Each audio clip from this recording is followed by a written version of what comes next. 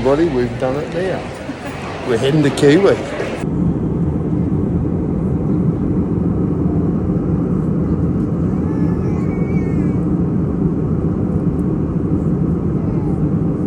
Righto, we've rocked into Christchurch Airport, Judy and I. Judy's got ahead of me with the baggage, and all good, beautiful flight over, and you couldn't get better people here to deal with, just lovely people. Judy, stop picking flowers. Judy, don't look at the flowers, Judy.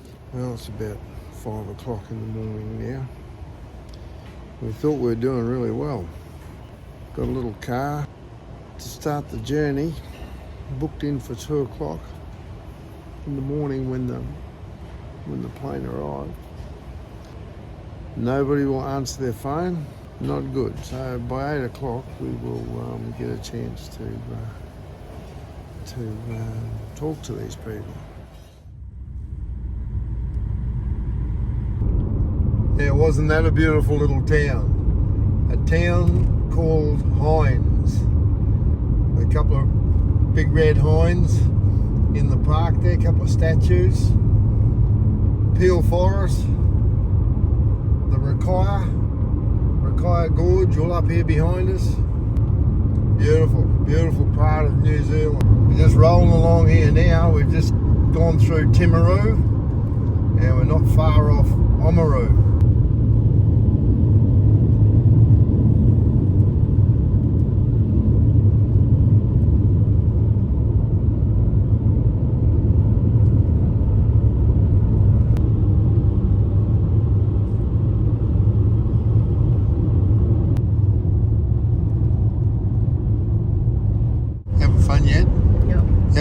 Up yet? Nope. Probably never will. Now that's got to be one of the best number plates I think I've ever seen. I dig New Zealand.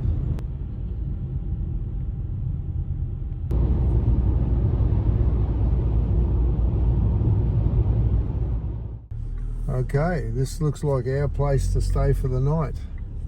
Mother's Moon. Yes, look at this, Jim.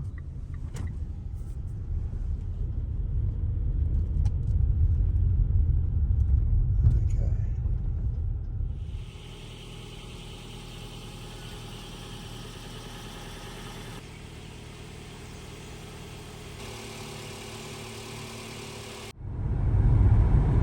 She's a bit cold. Right, well, we've just stayed overnight. Great little stone hut B&B, and we managed to catch up with Chris McCarthy from Lake Hawea hunting there last night, just for a brief moment. This guy has managed to achieve what we haven't been able to do in Australia. He has taken the original Otago bloodline deer, and he's honestly and truthfully got it out there to show its full potential. And it's just, yeah, I admire what they've done. Just fantastic stuff.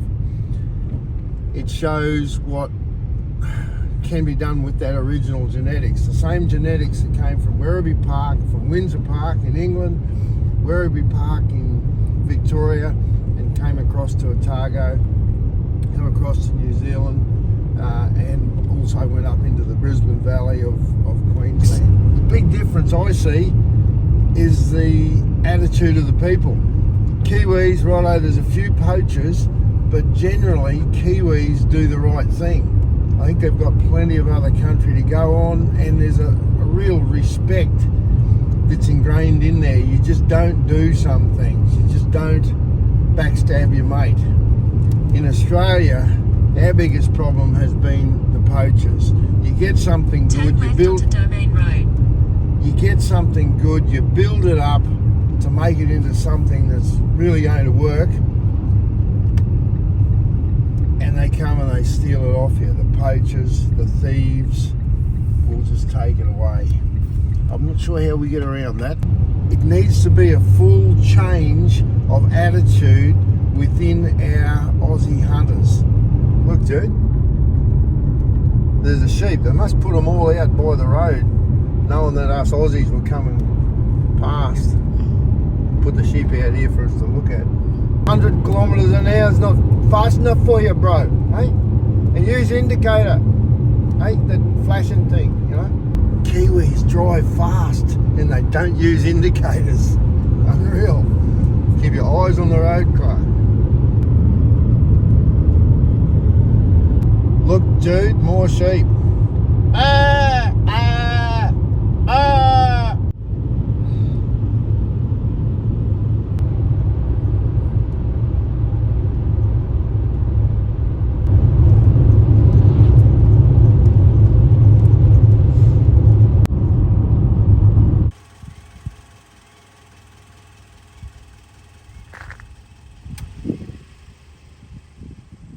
And look at the size of that trout, bro. She's a beauty.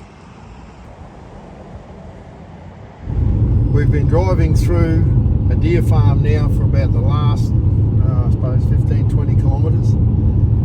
Both sides of the road, as far as the eye can see, are deer fences. I know the deer farming industry has been impacted over here, but I didn't realise how much. Yeah, this is probably one of the biggest around, I'd say. Just huge.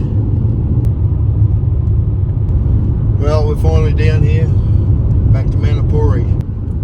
I've been back a couple of times, but this was home for us. We'd come over here for the summer months and go back to the Northern Territory for the winter months. So we'd do the dry over there and do the summer here. It was the best of both worlds. Look at this, isn't it just awe-inspiring, this place, Mitre Peak. Looking up towards Te Anau and the Wapiti country. Manapuri. Brings back memories. This is where I used to stomp around as a kid. Through here. Dad used to pull the sea prints up here when he had the launch. Beautiful. Let's go and see if I can find a trout. A treat. I got my bum very badly switched here. Came down off the top up here, over there, and went missing from the house. And Mum looked down, here I was down on the wharf. So she ran all the way down the hill there and switched my little bum all the way back up. There it is, the gateway to the Wapiti country. Lake Manapuri. My dad's stomping ground. And this is what made it all happen. It was the lure of these big guys, the Wapitis, that brought Dad first here to Te Anau, Manapuri, and into these magnificent hills behind us. Chase these guys. And this is what he was guiding on by the time he was probably 16 and a half, 17 years old. He was an assistant guide on these magnificent. The way it started.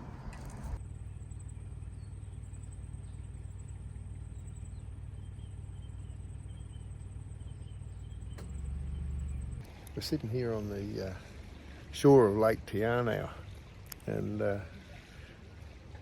I'm hoping to get in the bush tomorrow, and spread my dad's ashes up in the hills around Lake Manapuri, and I thought I'd better get a hunting permit. And literally it took me 2 minutes online, and I had a hunting permit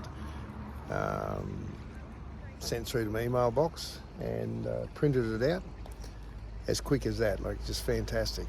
The difference is, to say back home, you look over here at the amount of magnificent country there is to hunt, just unbelievable amount of top class hunting country and fishing country at their doorstep. And all you have to do is be responsible. Different story back home. So that's why we've got to go through what we're going through to try and find a solution so we can do the same things. Now this is my sort of bakery. Here we're in Te Anau, Wapiti Cafe and Bakery. Come inside and have a look at this.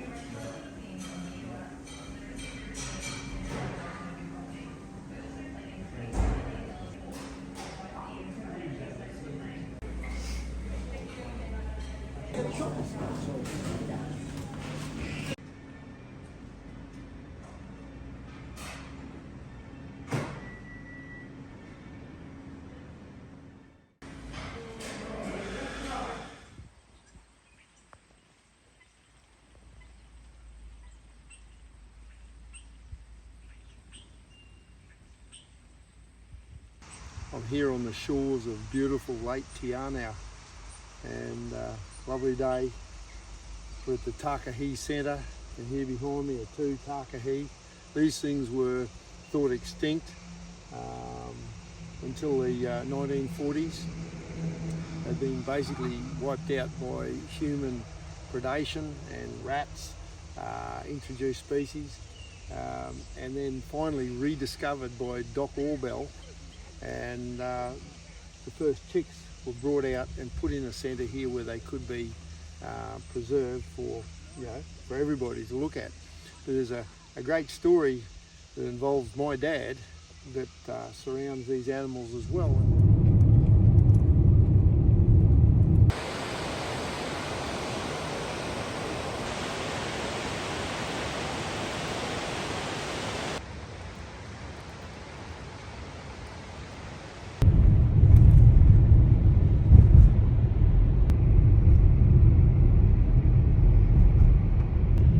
Coming into the historic town of Haast, where so much of the action happened in the deer wars.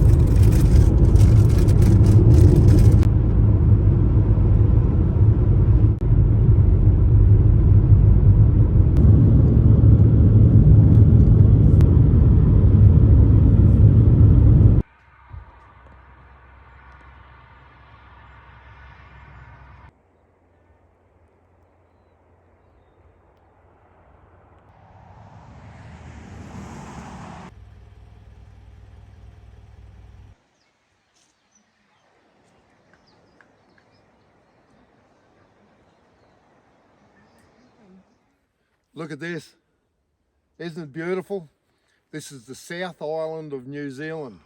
Now this was the home of not just my dad, but my granddad and grandma, great-grandparents, and so many of our relations, our cuzzy bros over here in New Zealand.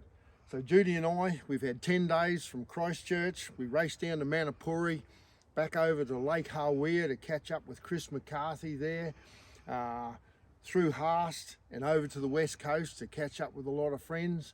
And now we're heading back over here to catch the plane and head home. One of the main reasons for our visit over here was since my dad passed and my mum has passed, a lot of their photos and stories, newspaper articles and history was sitting in the house over here at the mercy of the first thief that could have come along and stolen or trashed the whole place. So we've got them safe. We'll archive these. We intend to do the research and put all the stories together and hopefully bring those to you as part of our Wild Country channel. Now, it's going to take a lot of research.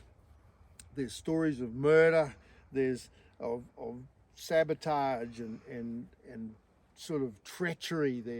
There's great feats of endurance of some of the coal miners and gold miners. There's stories of big red stags and big wapiti bulls, of crocodiles and buffalo in the Northern Territory.